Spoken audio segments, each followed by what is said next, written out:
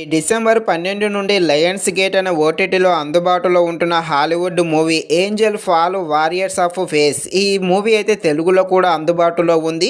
Run time వచ్చేసి 1 hour 43 minutes ఉంటుంది.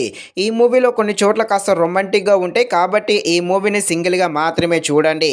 అలాగే ఈ మూవీ అయితే అస్సలు బాగోలేదు. ఇది హాలీవుడ్ మూవీ కాదు, ఇది ఒక రాడు మూవీ అనే చెప్పవచ్చు. ఈ మూవీ ట్రైలర్ చూస్తే మాత్రం పర్వాలేదు, బాగానే అనిపిస్తుంది. కాకపోతే మూవీ చూసాక అర్థమవుతుంది మూవీ కన్నా ట్రైలరే బాగుందని. కాబట్టి ఇది ఒక రాడ్ మూవీ. ఇలాంటి రాడ్ మూవీస్ను అనవసరంగా తెలుగులో డబ్ చేసి మనల్ని సావదొబ్బుతున్నారు.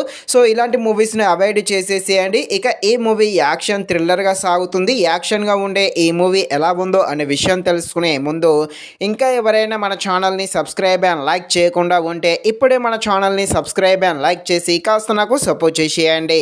కథలోకి వెళ్ళిపోతే ప్రపంచాన్ని నాశనం చేయడం కోసము ఒకరైతే ప్రయత్నిస్తారు. మరణించిన వారితో ఆర్మీని తయారు చేసి ఈ ప్రపంచాన్ని నాశనం చేయాలని చూస్తారు. ఇక మన హీరో కూడా ఆర్మీ సోల్జరే. కాకపోతే ఇక్కడ మన హీరో మంచికి పోరాడతాడు. ఈ చెడు చేసే వ్యక్తులను ఎలా అంతం చేసి ఈ ప్రపంచాన్ని ఎలా కాపాడుతాడు అని తెలియాలంటే మీరు తప్పకుండా ఈ మూవీని అయితే లయన్స్ గేట్ అనే ఓటీటీలో చూడాల్సిందే. నిజానికి ఈ మూవీని చూడకుండా ఉండడమే బెటరు. మూవీ అయితే అంతలా ఏమీ లేదు.